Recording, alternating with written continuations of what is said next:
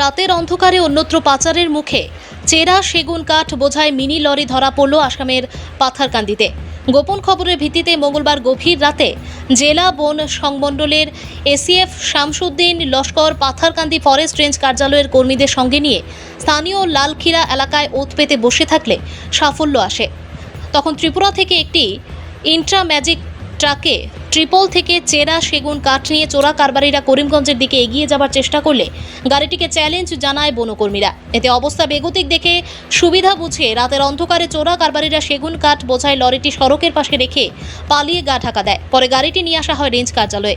এ মর্মে এসিএফ লস্করবাবু জানান যে বর্তমানে অমৃত বৃক্ষ আন্দোলন নিয়ে চরম ব্যস্ততার মধ্যে রয়েছেন বনকর্মীরা, তবুও সব দিকে দেখতে হচ্ছে। অবৈধ কাঠ বোঝাই বাজেয়াপ্ত গাড়ির মালিকের সন্ধান বের করে এ কাণ্ডে প্রয়োজনীয় আইনি ব্যবস্থা নেওয়া হবে। আটক গাড়ি থেকে প্রায় 60 সিএফটির মতো চেরা সেগুন কাঠ বাজেয়াপ্ত হয়, যার কালো বাজারি মূল্য লক্ষাধিক টাকার মতন হবে। ভানুচন্দ্রের রিপোর্ট, আসাম প্রাইম নেটওয়ার্ক।